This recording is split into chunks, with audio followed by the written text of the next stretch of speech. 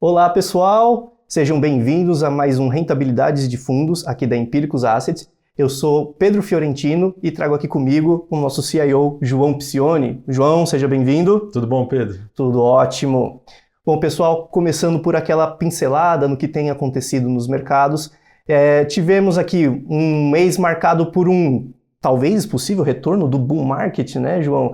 A gente teve um impulso muito forte, principalmente nas bolsas americanas, com o S&P marcando 6.339 pontos, uma alta de 2,17%, e a Nasdaq também subindo 3,73%.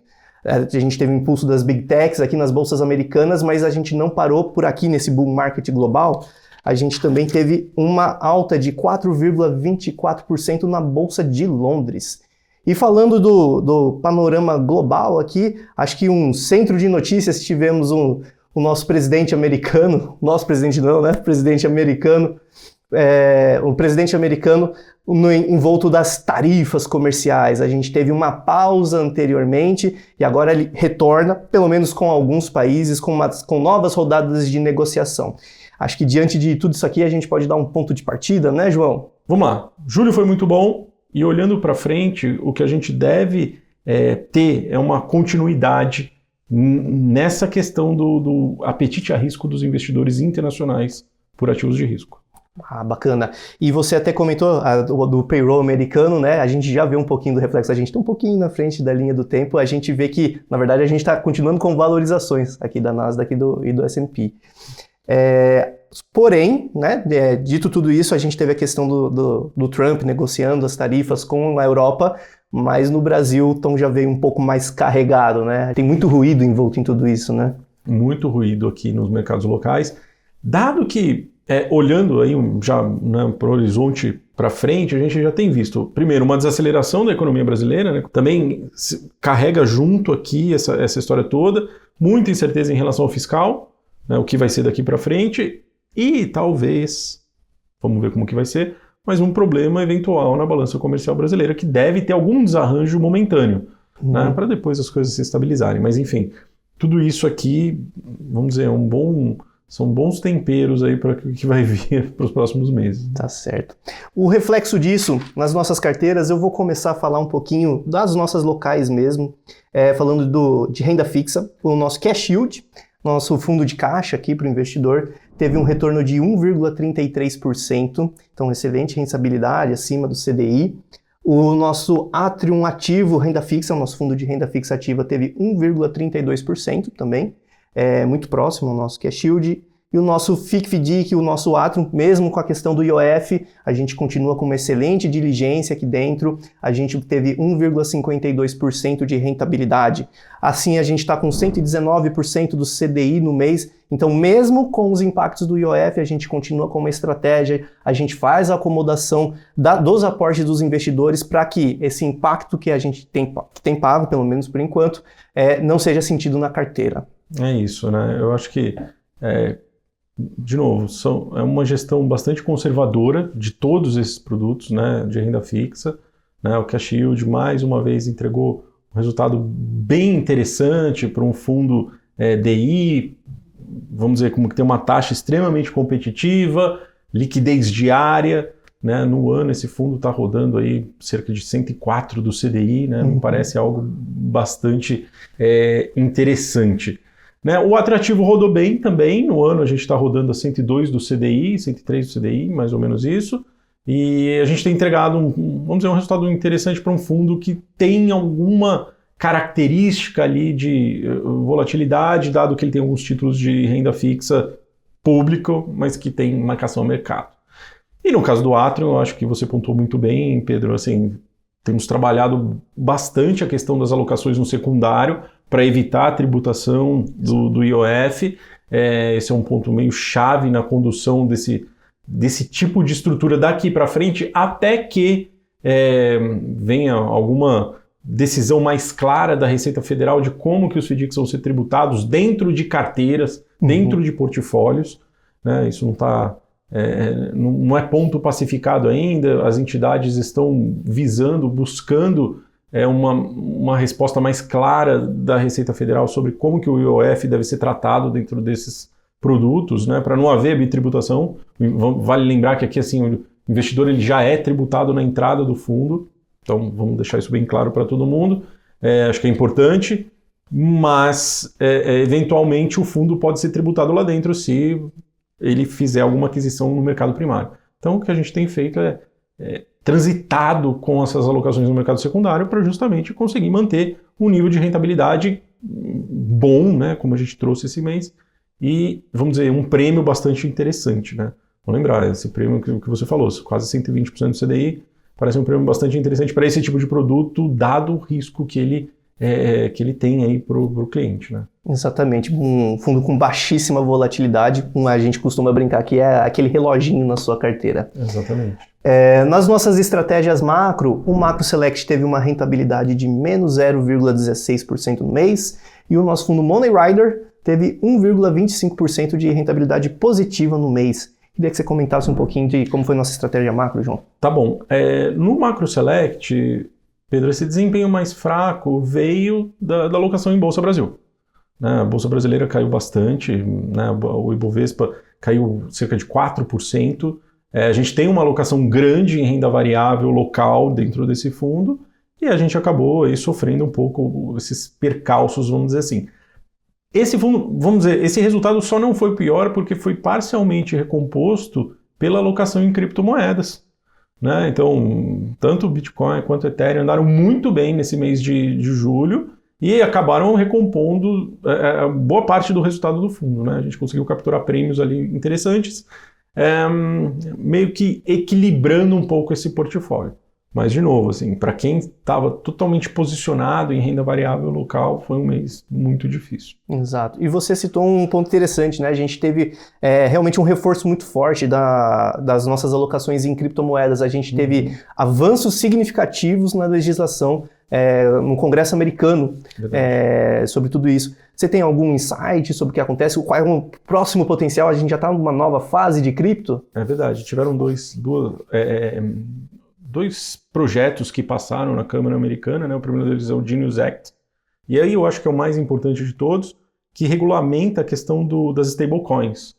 Né? Então, ele dá um direcionamento para os emissores de stablecoin de como que o procedimento deve ser feito e coloca as regras. Né? Então, precisa ser, vamos dizer, uma entidade controlada pelo Fed, vamos dizer, controlada não, mas vamos dizer, analisada pelo Federal Reserve, a SEC tem que saber quem é, enfim. Tem algumas regras mais interessantes para aqueles caras que são os emissores das stablecoins. Hoje, na Bolsa Americana, a gente tem a Circle, né, que é uma das grandes emissoras, aí, o USDC, que já tem as ações negociadas em Bolsa, inclusive um caso que a gente está investindo via os nossos fundos de tecnologia.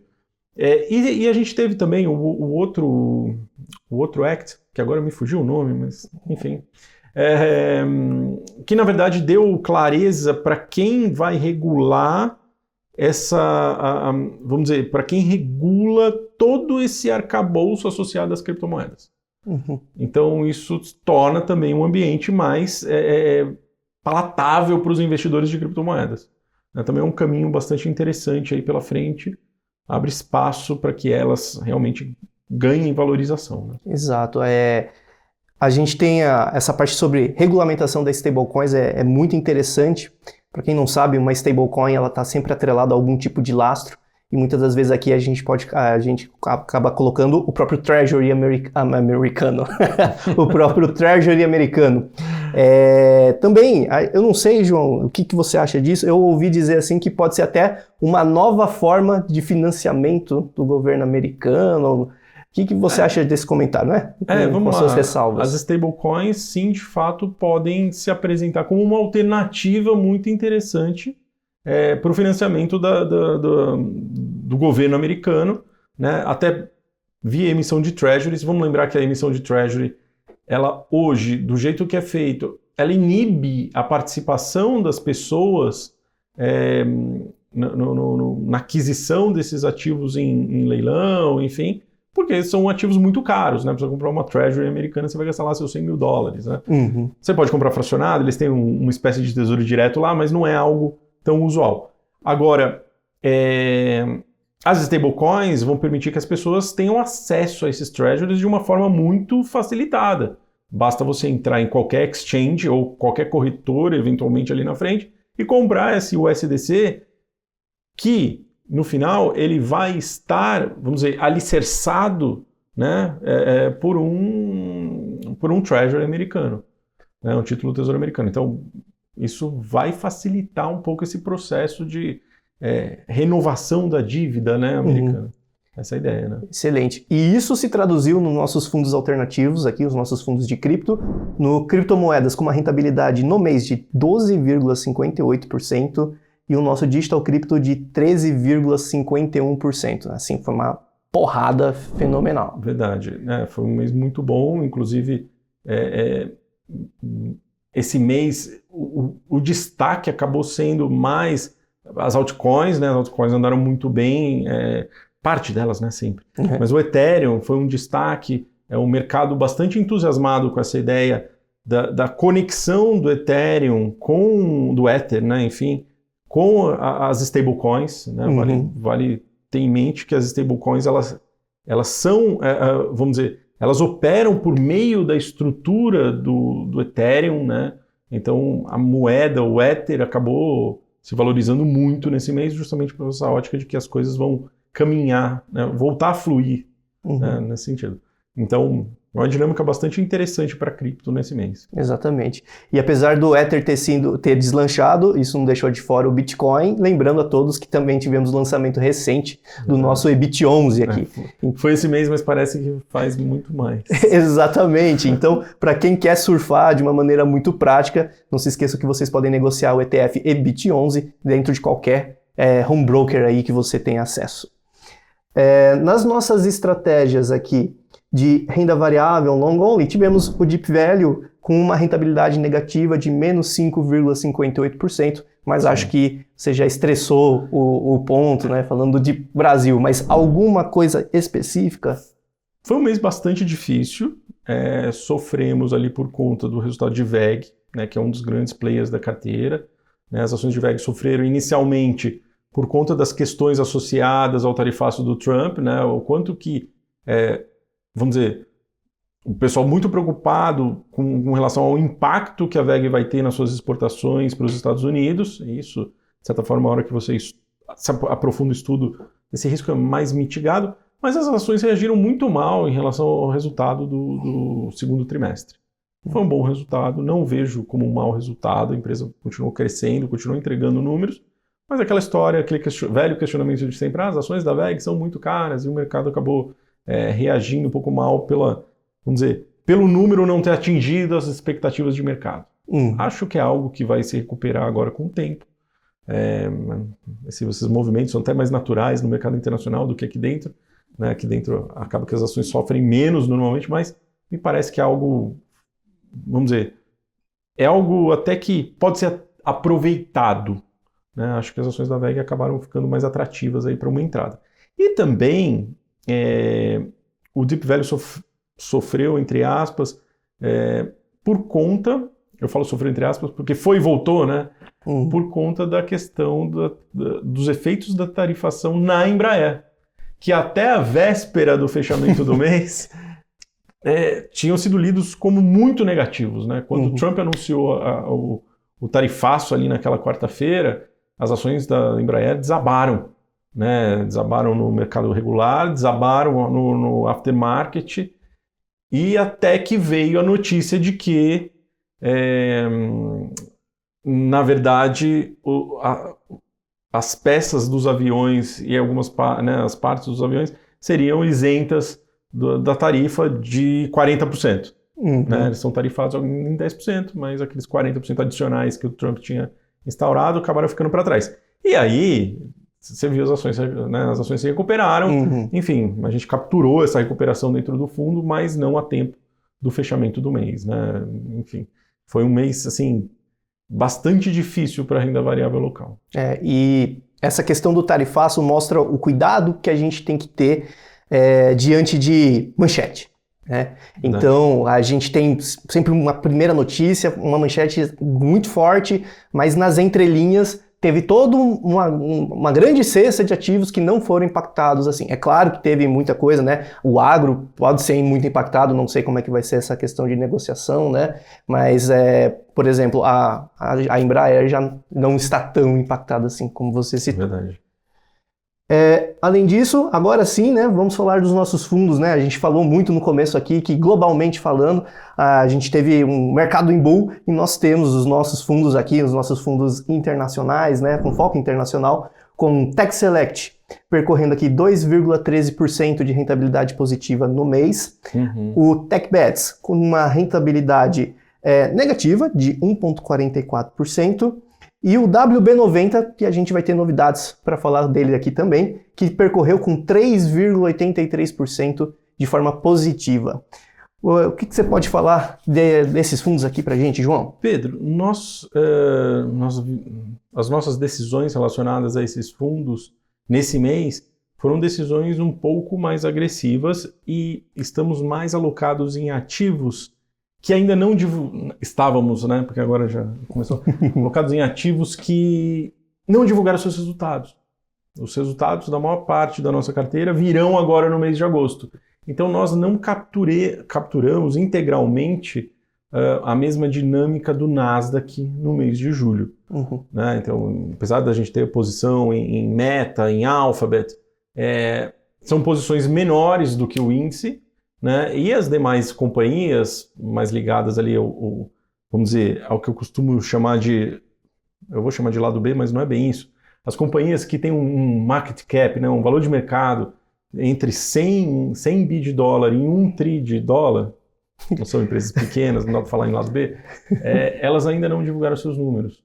Né? Então, a gente deve ver um pouco mais dessa reação positiva que a gente viu em julho, agora nesse começo de agosto, quando essas companhias começarem a divulgar seus números, e aí a gente vai capturar um pouco desse retorno para dentro do Tech Select. A mesma coisa aconteceu com o TechBets. O TechBets ainda um pouco mais, vamos dizer, mais posicionado em companhias menores, né? Vamos lembrar, no TechBets a gente tem companhias abaixo de 100 bilhões de dólares, né? Então não são companhias pequenas, mas enfim, que também devem divulgar seus resultados agora no mês de agosto. Então a gente espera um agosto mais forte para esses fundos do que o mês de julho. Né? A gente acha que agora que essas empresas vão divulgar e o mercado vai, enfim, voltar a comprar esses ativos. O WB90, por outro lado, ele carrega um pouco mais de companhias, vamos dizer, que estão numa fase mais madura dos seus negócios. E aí alguns resultados já foram divulgados, como por exemplo, JP Morgan, já divulgou ali seus números, né? A própria Microsoft, que divulgou seus números, o United Rentals, que divulgou um excelente resultado nesse trimestre. E aí a gente capturou um pouco desses vetores na carteira nesse finzinho aqui de julho, né? Não à toa aí que o fundo acabou apresentando um bom mês. Mas temos ali dentro também um hall de ativos que deve divulgar seus números agora no mês de agosto, e aí a gente espera também que o desempenho desses ativos acabe surpreendendo. Certo. E o WB90, pessoal, a gente passou por algumas mudanças. Aqui a gente teve alguns movimentos de incorporações no fundo. A gente até estava falando, e aí, como que a gente mantém o nome WB90, vamos mudar, como que a gente vai comunicar? E eu queria que você desse essa pincelada aqui para a gente, do que espera o WB90 daqui em diante. Pedro, bom, o WB90 ele aglutinou todas as nossas estratégias de ações globais que nós tínhamos dentro de casa. Então nós tínhamos algumas estratégias de ações globais separadas em alguns fundos, e todos eles agora estão sobre essa égide aqui do WB90. A ideia é justamente a gente ter um veículo maior que proporciona aos cotistas uma maior diluição de custo e melhores resultados no agregado. O fundo hoje ele tem uma taxa de administração de 0,9% ao ano, ou seja, um fundo extremamente acessível, um fundo que tem uma taxa bastante competitiva, né, equivalente aí dos principais ETFs que são negociados em bolsa. Né? É um fundo que pode montar suas posições tanto aqui no Brasil quanto lá fora. Né? Tem uma estratégia global, então hoje a gente tem posições nos Estados Unidos, temos posições na Europa também, temos posições aqui na América do Sul. E ele guarda um pouco dessa, vamos dizer, dessa filosofia de procurar bons negócios, né? Então, deixo já o convite para vocês lerem a carta do gestor desse mês, na qual eu dei uma pincelada maior sobre a nossa filosofia de investimento e passei ali sobre vamos dizer, o que a gente procura entender dentro das companhias que estão dentro dos nossos portfólios em geral, mas no caso ali eu estou focando bastante no WB, e fica o convite para vocês lerem e aprenderem mais aí sobre o que a gente olha do lado qualitativo, principalmente das empresas que a gente investe. Pessoal, e para arrematar as rentabilidades aqui que estão faltando divulgar, estamos falando das nossas previdências. Então tivemos aqui o nosso Atrativo Prev com uma rentabilidade no mês de 1,02% positiva, o Global Real Return com 0,87% no mês positiva, e o CryptoPrev com 5,96% positiva.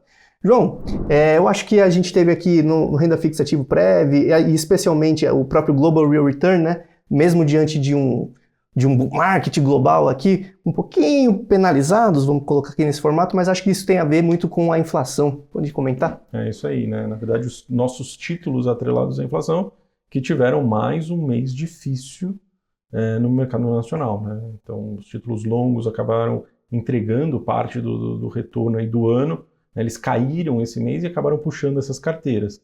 Vale lembrar que o Global Real Return, a gente tem hoje 50% investidos em títulos longos.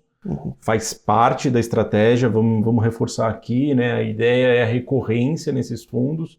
Quando você faz esse aporte, quando esses títulos estão com taxas extremamente elevadas, isso se transforma em retornos potenciais maiores no longo prazo. Então, essa dinâmica de curto prazo, ela tem que ser vista até como positiva na hora dos aportes, né? Então, isso aconteceu para o Global Return. Mesma coisa ali no CryptoPrev, mas aí a gente tem uma margem menor de ativos atrelados à inflação. E no caso do CryptoPrev, como eu falei, como eu pontuei, né, da parte de criptomoedas acabou sendo do grande destaque aqui, acabou puxando o fundo muito para cima. E no Atrium Ativo Prev, sim, a gente tem uma parcela pequena de ativos atrelados à inflação, mas que acabaram segurando o fundo um pouquinho abaixo do benchmark. Né? Então, a ideia é que isso se calibre aí ao longo dos próximos meses e a gente acabe entregando um resultado mais consistente, mais forte. Mas lembrando, gente, esses são fundos que, quando caem, eles devem ser aproveitados. Você está com um horizonte de longo prazo, né? Você está com um horizonte de recorrência nesse produto, né? Você tem que fazer aportes recorrentes. Então, quando esses títulos caem, significa que eles aumentam o potencial de retorno no longo prazo. Então, o momento se torna mais propício ainda para você fazer os investimentos. Exatamente. A gente não espera que nos próximos 10 anos essas taxas continuem subindo. E, na verdade, aquelas oportunidades que, do que vocês devem ler, falam assim, oportunidade da B, agora é a hora. Geralmente se traduz no longo prazo, né? Não tenta acertar o momento de comprar. É melhor calibrar os aportes, como o João bem pontuou. Certo, pessoal? Trouxemos para vocês todas as rentabilidades dos fundos. Estamos abertos a dúvidas, qualquer coisa vocês podem nos contactar pelo e-mail. João, mais uma vez, obrigado por todas as informações. Valeu, Pedro. Até a próxima. Até a próxima.